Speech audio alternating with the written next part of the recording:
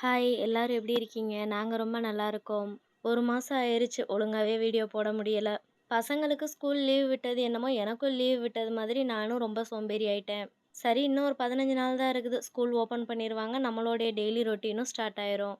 ஒரு வாரமா திருவிழாவுக்கு நாள் வச்சிருந்தாங்க. இன்னைக்கு தான் எல்லாமே முடிஞ்சது. இன்னைக்கு சிக்கன் எடுத்துட்டு வந்தாச்சு.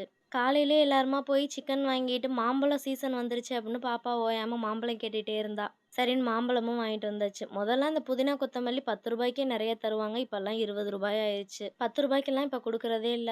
வந்ததுமே ஃபர்ஸ்ட்டு வேலையா அந்த புதினா, மல்லி தழைய அரிஞ்சு எடுத்து வச்சுட்டேன். இல்லன்னா அப்படியே விட்டுருவேன். வேஸ்ட் ஆயிரும். நான் பண்றத பார்த்துட்டு பாப்பாவும் நானும் சேர்ந்து ஹெல்ப் பண்றேம்மான்னு சொல்லி அவளும் சேர்ந்து தான் எனக்கு ஹெல்ப் பண்ணா. ஃபர்ஸ்ட்டு வெங்காயம், தக்காளி, சிக்கன் சொல்லி எல்லாத்தையுமே கட் பண்ணி எடுத்துட்டு போயிட்டு, அதுக்கப்புறம் குக் பண்ணலான்னு எல்லாத்தையும் கட் பண்ணி எடுத்துட்டேன். சிக்கன கொஞ்சமா குழம்பு வச்சுட்டு, கொஞ்சமா அந்த புதினா அரைச்சு ஊத்தி சிக்கன் வைக்கலான்னு சொல்லிட்டு, தனித்தனியா சிக்கன கட் பண்ணி எடுத்தாச்சு.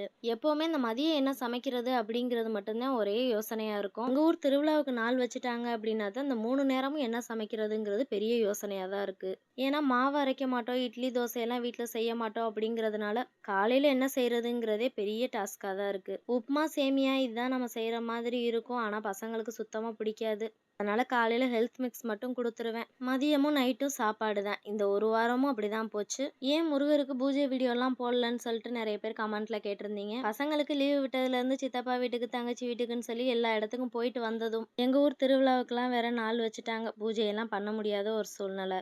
அதனால தான் என்னால பூஜை பண்ணி, பூஜை வீடியோ எல்லாமே போட முடியல. இனி அடுத்தடுத்து வர்ற வீடியோஸ்ல எல்லாம் பூஜை வீடியோ கண்டிப்பா வரும். இனி சிக்கன் குழம்புக்கு சிக்கன் மசாலா மட்டும் போட்டு சிக்கன் குழம்பு வச்சாச்சு. புதினா அரைச்சு ஊத்தி சிக்கன் செய்யலான்னு சொல்லிட்டு புதினா, மல்லித்தழை, 4 பச்சை மிளகாய் இது எல்லாத்தையும் போட்டு நல்லா மிக்ஸில அரைச்சு எடுத்துக்கிட்டேன். நானா தான் இந்த சிக்கன் இன்னைக்கு ட்ரை பண்ணியிருந்தேன். ரொம்பவே டேஸ்ட்டா இருந்தது. இந்த சிக்கனுக்கு நானா புதினா சிக்கன் சொல்லிட்டு ஒரு நேமையும் வச்சுக்கிட்டேன். குழம்பு கொஞ்சம் தண்ணியா இருந்த மாரி இருந்தது. அதனால வேற ஒரு கடாயில மாத்தி கொஞ்ச நேரம் கொதிக்க விட்டாச்சு. நானா ட்ரை பண்ண இந்த புதினா சிக்கன் ரொம்பவே டேஸ்ட்டா இருந்துச்சு. இன்னைக்கு சிக்கன் குழம்பு வச்சுட்டு சிக்கன வந்து புதினா சிக்கன் பண்ணியாச்சு.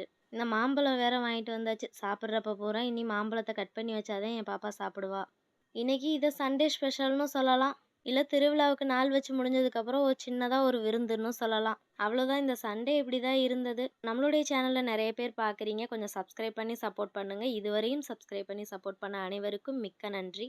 இனிமேல் நான் தொடர்ந்து ஷார்ட்ஸ், லாங் வீடியோஸ் எல்லாமே போடுறேன். கொஞ்சம் சப்ஸ்கிரைப் பண்ணி மட்டும் சப்போர்ட் பண்ணுங்க. இதுவரை இந்த வீடியோவ ரொம்ப பொறுமையா பார்த்ததுக்கு ரொம்ப நன்றி. இந்த வீடியோ எப்படி இருந்துச்சுன்னு மறக்காம கமெண்ட்ல சொல்லிருங்க. நெக்ஸ்ட் ஒரு வீடியோல பார்க்கலாம்.